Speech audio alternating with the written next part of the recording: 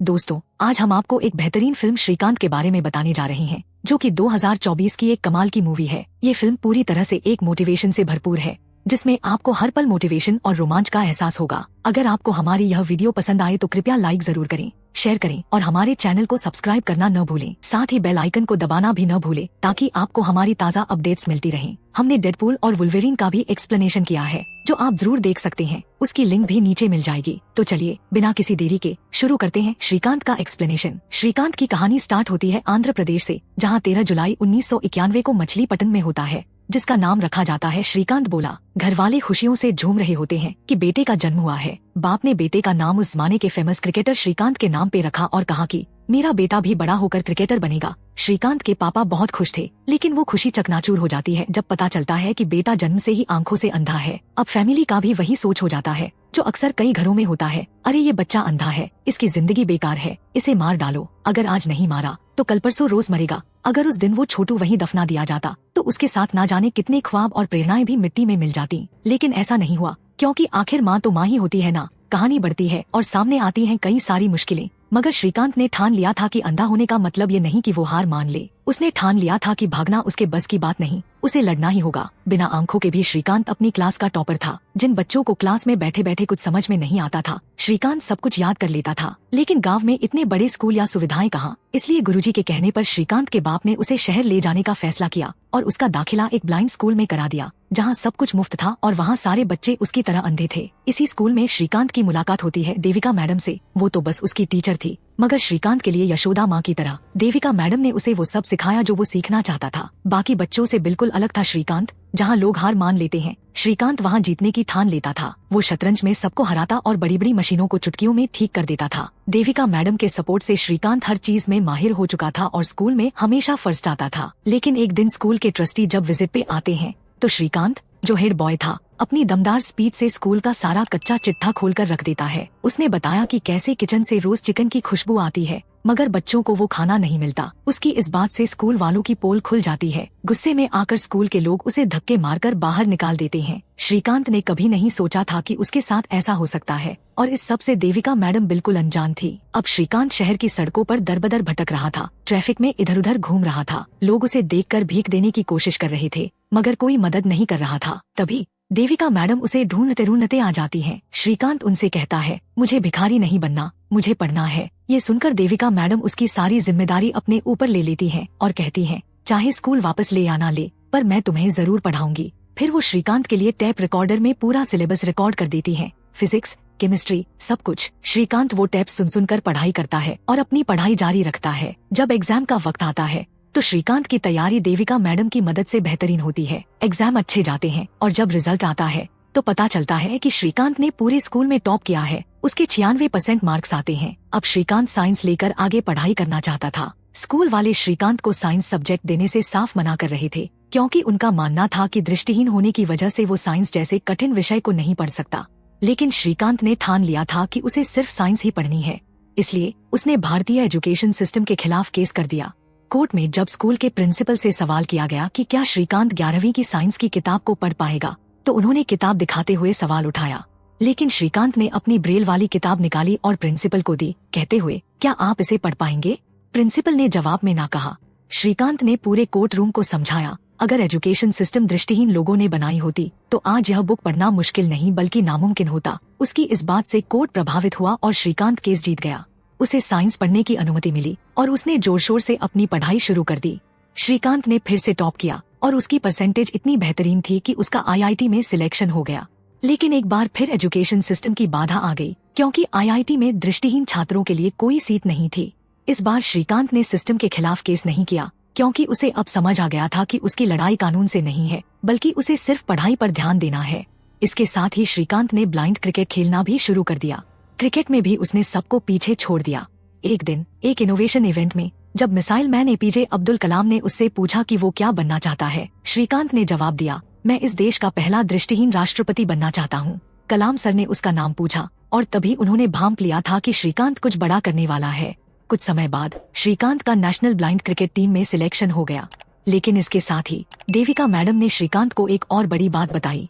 श्रीकांत के आगे की पढ़ाई के लिए MIT में अप्लाई करने का मौका था, लेकिन एक ट्विस्ट था, उसे क्रिकेट छोड़ना पड़ता। श्रीकांत तो सीधा बोलता है कि पढ़ाई मेरे लिए सबसे ज्यादा इम्पोर्टेंट है, और ऐसे में उसका सिलेक्शन अमेरिका की सबसे फेमस यूनिवर्सिटीज में हो जाता है, MIT के टॉप नॉच कॉलेजेस में।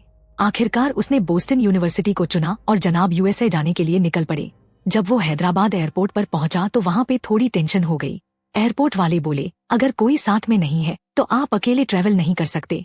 सुनकर श्रीकांत थोड़ा दुखी हो गया, वहीं बैठ गया। उसने चेयरमैन से कॉल किया और उन्हें एकदम बढ़िया तरीके से प्लेन के सिटिंग अरेंजमेंट्स समझा दिए। बंदा इतना कॉन्फिडेंस दिखाया कि एयरपोर्ट वाले भी मान गए और उसे फ्लाइट में चढ़ने की इजाजत मिल गई। फाइनली श्रीकांत का एडमिशन हो गया बोस्टन में, और वहाँ पहुंचकर उसने नए दोस्त बनाए।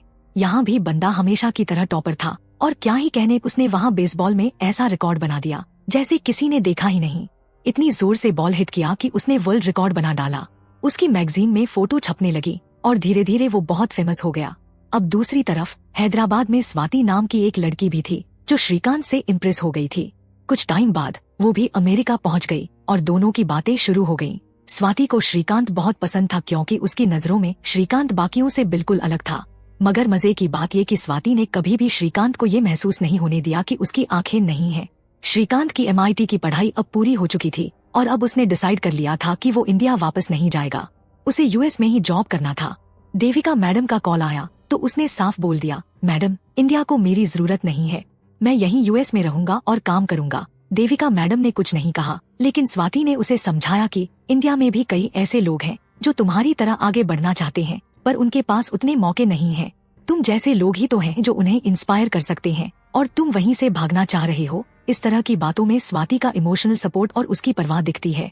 धीरे धीरे श्रीकांत को भी ये महसूस होने लगा कि शायद उसे इंडिया लौटकर लोगों के लिए कुछ करना चाहिए। श्रीकांत की कहानी यहाँ से एक और प्रेरणादायक मोड़ लेती है जब स्वाति ने उसे यह समझाया कि भारत में ब्लाइंड लोगों की संख्या दुनिया में दूसरे नंबर पर है और उन सभी का भविष्य उस पर निर्भर करता है।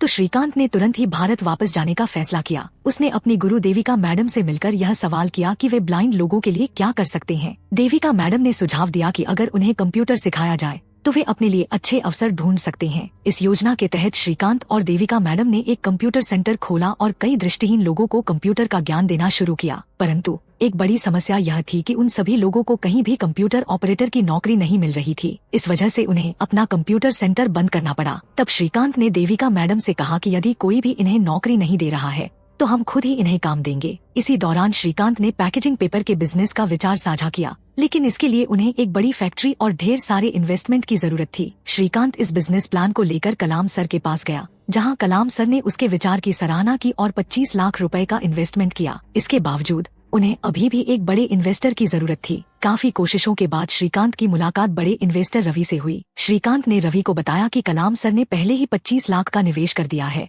और यह सुनकर रवि ने भी उनके बिजनेस में दिलचस्पी दिखाई। आखिरकार दोनों ने मिलकर एक बड़ी फैक्ट्री खरीदी और बोलेंट इंडस्ट्री की शुरुआत की, जिसमें रिसाइकल पेपर को पैकेजिंग पेपर के रूप में बदला जाता था। इस फैक्ट्री में सभी ब्लाइंड लोग काम करते थे, जिससे उन्हें रोजगार मिलता और 8,000 रुपए महीने का वेतन भी। श्रीकांत ने खुद को भी वर्कर की तरह ट्रीट किया और उसे भी 8,000 रुपए की ही सैलरी मिलती थी। श्रीकांत की बोलेंट इंडस्ट्री हर महीने मुनाफे में चल रही थी, और इसके जरिए श्रीकांत और उसके साथ काम करने वाले सभी दृष्टिहीन लोग एक आत्मनिर्भर और सम्मानजनक जीवन जीने में सक्षम हो रहे थे। फिल्म का अंत बहुत ही प्रेरणादायक है।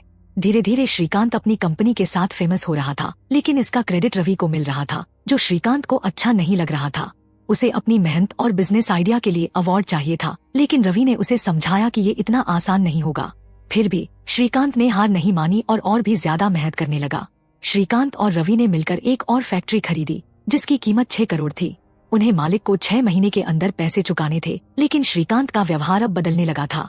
वह न तो सही से देविका मैडम से बात कर रहा था और न ही रवि से, जो कि उसका करीबी दोस्त था। अब उसकी एक ही चाह थी, अवार्ड और बड़ा आदमी बनना। अपनी महत्वाकांक्षाओं में श्रीकांत पॉलिटिक्स में उतर आया, जहां उसे एक MLA टिकट देना चाहती थी। देविका मैडम ने उसे बताया कि ऐसा करना सही नहीं होगा, पर श्रीकांत ने उनकी बातों को अनसुना कर दिया। जब वह MLA के पास गया तो उसे एहसास हुआ कि वे लोग सिर्फ उसकी दृष्टिहीनता की सहानुभूति का फायदा उठाकर चुनाव जीतना चाहते हैं। यह बात श्रीकांत को बहुत चुभी, क्योंकि अपने दोस्तों और देविका मैडम के सामने वह खुद को अंधा नहीं मानता था, लेकिन यहाँ उसे सिर्फ एक दृष्टिहीन इंसान के रूप में देखा गया। श्रीकांत की बेइज्जती के बाद वह देविका मैडम के पास जाकर उनसे माफी मांगता है। यह पहली बार था जब श्रीकांत ने किसी से माफी मांगी। देविका मैडम, जो हमेशा उसकी यशोदा माँ की तरह रही हैं, उसे माफ कर देती हैं। इसके बाद श्रीकांत अपने दोस्त रवि के पास जाकर उससे भी माफी मांगता है और कहता है कि जिनसे उन्होंने 6 करोड़ उधार लिए थे वे उन्हें लौटा देंगे। अब सब कुछ सही हो रहा था। आखिर में श्रीकांत को बिजनेसमैन ऑफ द ईयर का स्पेशल कैटेगरी अवार्ड दिया जा रहा था। श्रीकांत ने अपनी स्पीच में कहा कि वे अंधे जरूर हैं, लेकिन उन्हें लाचार और बेचारा ना समझा जाए। वे हर वो काम कर सकते हैं जो बाकी लोग कर सकते हैं। उसने यह भी कहा कि वह स्पेशल कैटेगरी का अवार्ड नहीं लेगा और तब तक इंतजार करेगा जब तक उसे सामान्य कैटेगरी का अवार्ड नहीं दिया जाता, क्योंकि वह किसी सहानुभूति का पात्र नहीं बनना चाहता। श्रीकांत की इस दमदार स्पीच ने सभी को प्रभावित किया और उसे स्टैंडिंग ओवेशन मिला।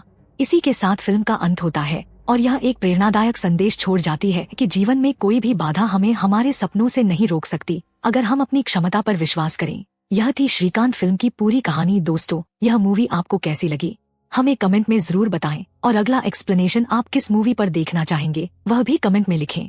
चाहे अच्छा करे बुरा करें या कोई सुझाव हो, एक कमेंट तो जरूर कर दीजिए। यह कहानी यहीं खत्म होती है। आशा करता हूँ कि आपको यह एक्सप्लेनेशन पसंद आई होगी। और भी मूवी के एक्सप्लेनेशन सुनने के लिए हमारे चैनल को लाइक और सब्सक्राइब करें। साथ ही नोटिफिकेशन बेल दबाना न भूलें ताकि आपके पास वेब सीरीज और मूवीज का कंटेंट सबसे पहले पहुंच सके। अगले वीडियो में फिर मिलेंगे एक नई कहानी के साथ। धन्यवाद।